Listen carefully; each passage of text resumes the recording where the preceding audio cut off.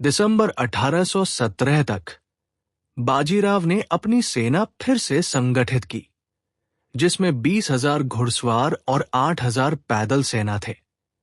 उनका मकसद था पुणे वापस लेना। दिसंबर 1817 के अंत में बाजीराव द्वितीय ने पुणे पर हमला करने की योजना बनाई।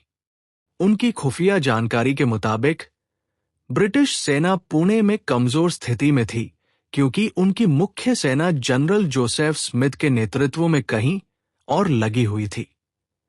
इस मौका देखकर बाजीराव ने अपनी सेना को पुणे की तरफ बढ़ने का आदेश दिया। उसकी सेना बहुत बड़ी थी, जिसमें अरब भाड़े के सैनिक शामिल थे जो अपनी ताकत के लिए मशहूर थे। गोसाई योद्धा और मराठा सैनिक भी थे। बापू गोखले, जो एक अनुभवी कमांडर थे, ने इस हमला की रणनीति बनाई। ब्रिटिश कर्नल चार्ल्स बार्टन बारकम पुणे में अपनी टुकड़ी के साथ तैनात थे। उन्हें खबर मिली कि पेशवा की सेना पुणे पर हमला करने की तैयारी कर रही है। बार्टन ने तुरंत शिरूर में तैनात ब्रिटिश दस्ते से सैन्य मदद मांगी। शिरूर में एक छोटा दस्त था, जिसकी कमान कैप्टन फ्रांसिस स्टैंटन के हाथ में थी। कुल मिलाकर 834 सैनिक थे, जिनमें 500 महार सैनिक शामिल थे, जो अच्छे से ट्रेन किए हुए और अनुशासित थे। 300 घुड़सवार थे, जो फुर्ती के लिए जरूरी थे।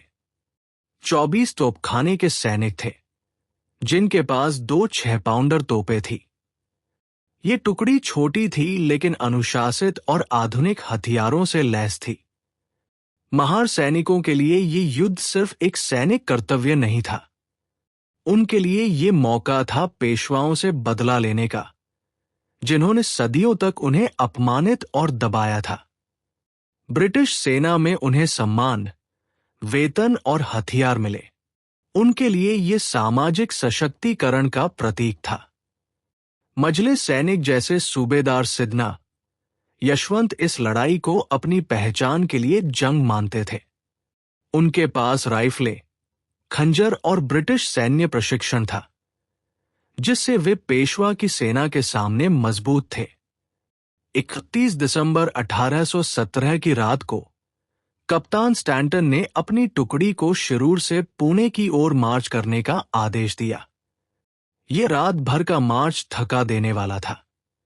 सैनिकों के पास सीमित संसाधन थे और वे ठंडी रात में खुले मैदानों से गुजर रहे थे।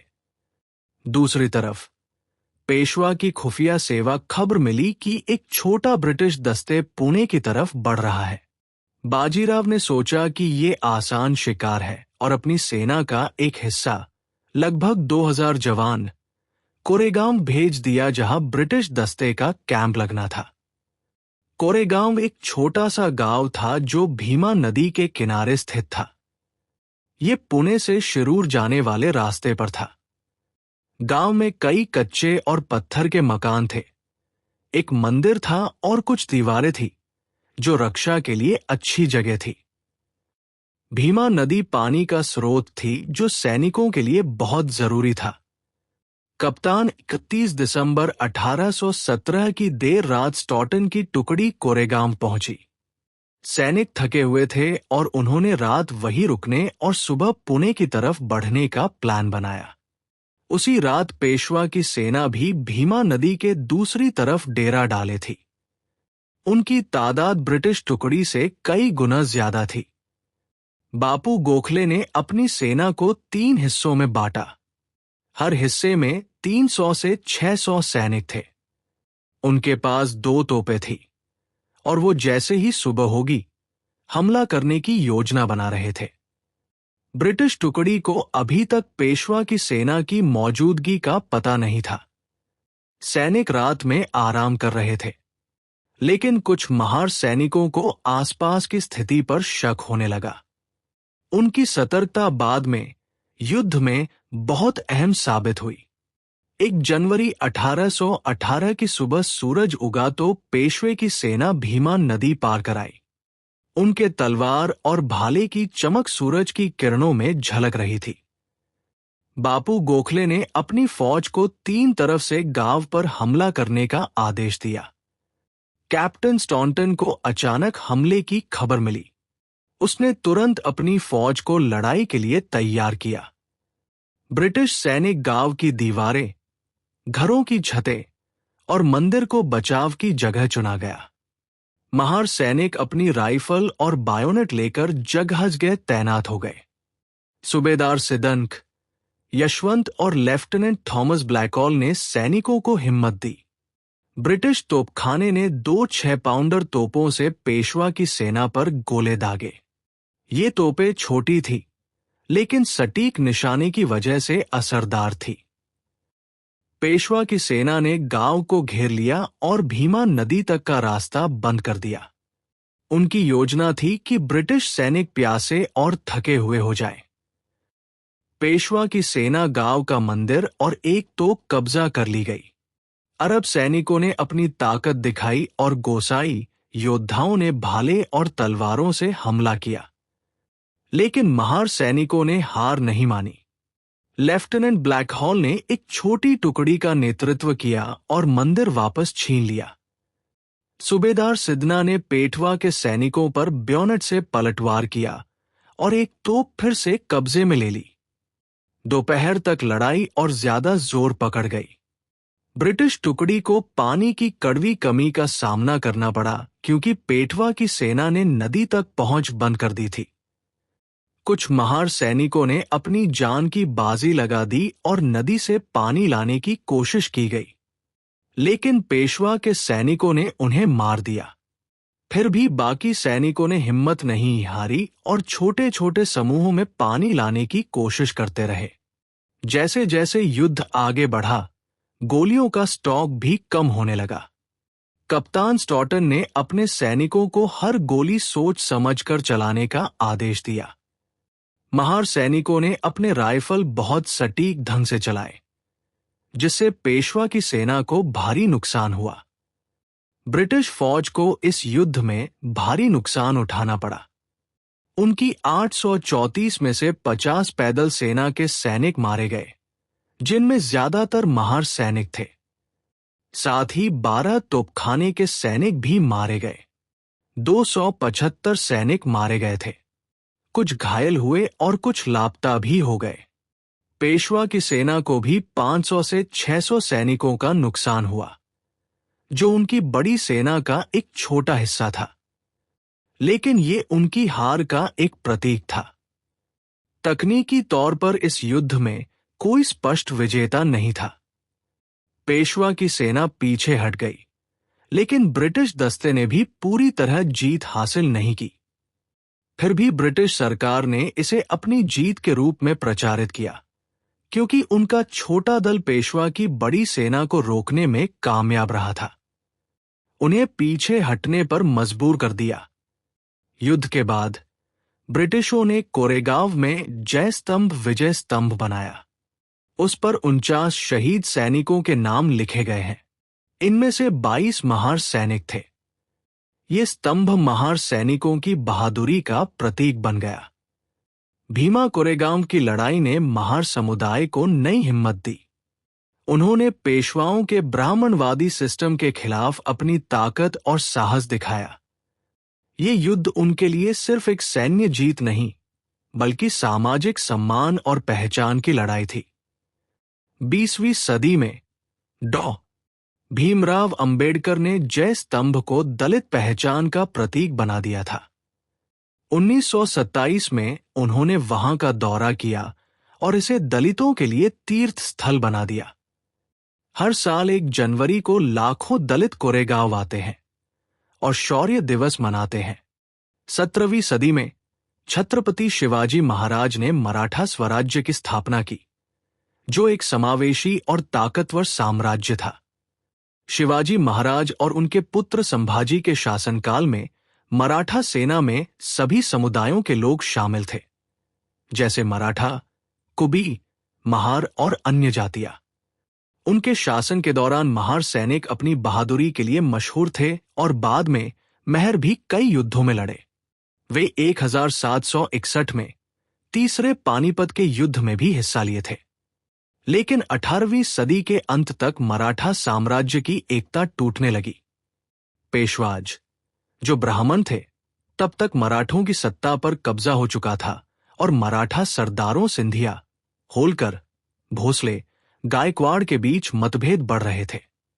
बाजीराव द्वितीय, जो 1796 से पेशवा था, कमजोर और स्वार्थी शासक था।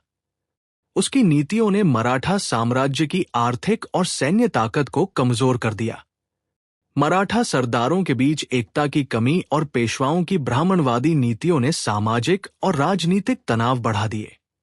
बाजीराव द्वितीय के शासनकाल में मनुस्मृति के आधार पर सख्त जाति व्यवस्था लागू की गई, जिसमें समाज को कड़ाई से बांटा गया।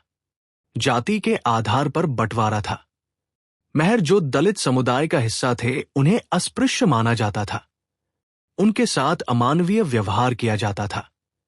पेशवाओं ने महरों को मंदिर, कुएं और सार्वजनिक जगहों में प्रवेश करने से रोक दिया था। उन्हें बाजार में सुबह 9 बजे से पहले और शाम 3 बजे के बाद ही आने दिया जाता था, ताकि उनकी छाया ऊपर की जातियों पर न पड़े। उस वक्त महरों को अपनी कमर के चारों ओर झाड़ू बांधनी पड़ती थी, ताकि उनके पदचिन्ह मिट जाए। उनके गले में एक मटका लटकाना पड़ता था, ताकि उनकी थूक जमीन को प्रदूषित न करे।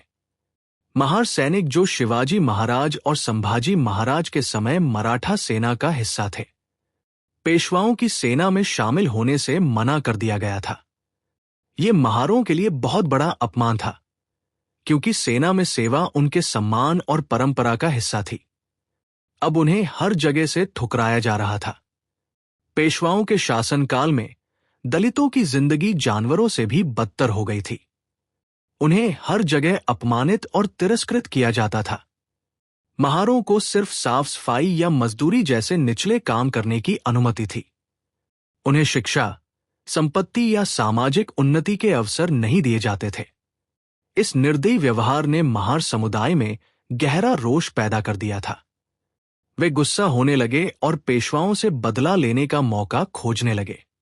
18वीं सदी के आखिर तक British east India company Bharat में अपनी ताकत जमा रही थी। उन्होंने प्लासी 1757 और बक्सर 1764 की लड़ाइयों में बंगाल पर कब्जा कर लिया था और मैसूर युद्ध में दक्षिण भारत पर भी अपना दबदबा बना लिया था। अब उनका मकसद मराठा साम्राज्य को कमजोर करना था, जो पश्चिम भारत में उनकी सबसे बड़ी चुनौती था। ब्रिटिश शुरू से ही बहुत चालाक थे।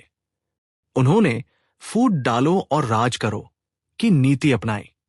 उन्होंने दलितों और पेशवाओं के बीच बढ़ते मतभेद का फायदा उठाया और उन्होंने स्थानीय समुदायों को भर्ती करना शुरू किया, खासकर वो समुदाय जो पेशवाओं से नाखुश थे, जैसे कि महर, अपनी सेना में शामिल करने लगे। महार सैनिकों की भर्ती बॉम्बे नेटिव इन्फेंट्री में होने लगी।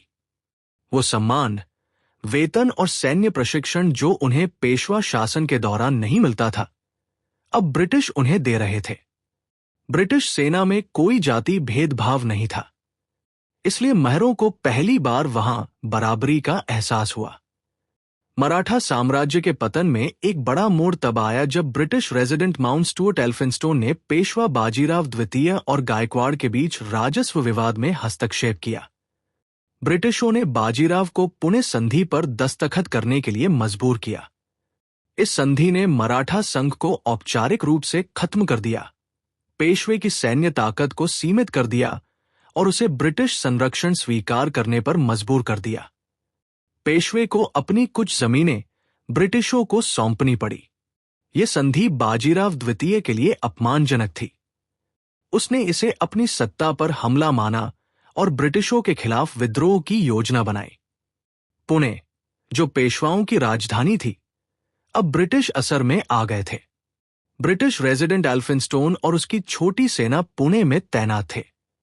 बाजीराव, जो अपनी ताकत वापस पाना चाहता था, उसने अपनी सेना को छुपकर संगठित करना शुरू किया। उसकी सेना में अरब गोसाई और मराठा सैनिक शामिल थे और उसे उसके भरोसेमंद सरदार बापू गोखले, अप्पा देसाई और त्रिंबकजी डेंगे ने नेतृत्व किया। बाजीराव ने ब्रिटिशों के खिलाफ खुला विद्रोह किया।